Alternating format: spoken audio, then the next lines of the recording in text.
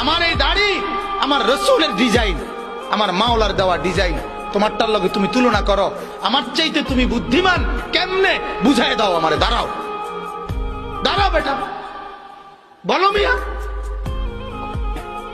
কোরআনুল কারীমে আছে আল্লাহ তাআলা বলেন, ওয়ালাকাদ খালাকনাকুম সুম্মা সাব্বারনাকুম, বান্দা আমি তোমাকে বানিয়েছি, আমি তোমাকে সাজিয়েছি।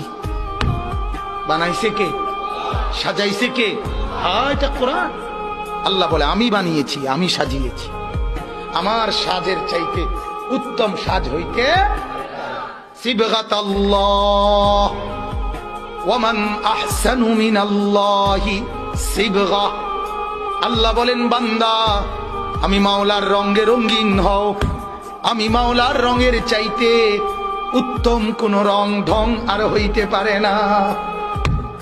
যদি বলেন মাওলা কোনটা আপনার রং, কোনটা আপনার ঢং, আল্লাহ বলবেন লাকাদ কানা লাকুম ফি রাসূলিল্লাহি উসওয়াতুন হাসানা।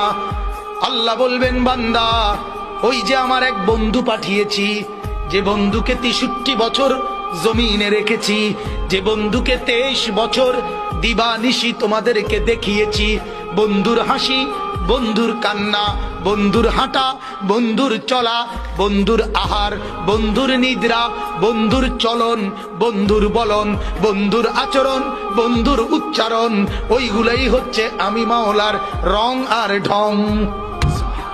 সে বন্ধুকে মুহাম্মাদুর রাসূলুল্লাহ সাল্লাল্লাহু আলাইহি ওয়াসাল্লাম। আল্লাহ বলেন বন্ধুকে দেখো, বন্ধুর মতো সাজো, আমি মাওলার মহব্বত পেয়ে যাবা। সুবহানাল্লাহ।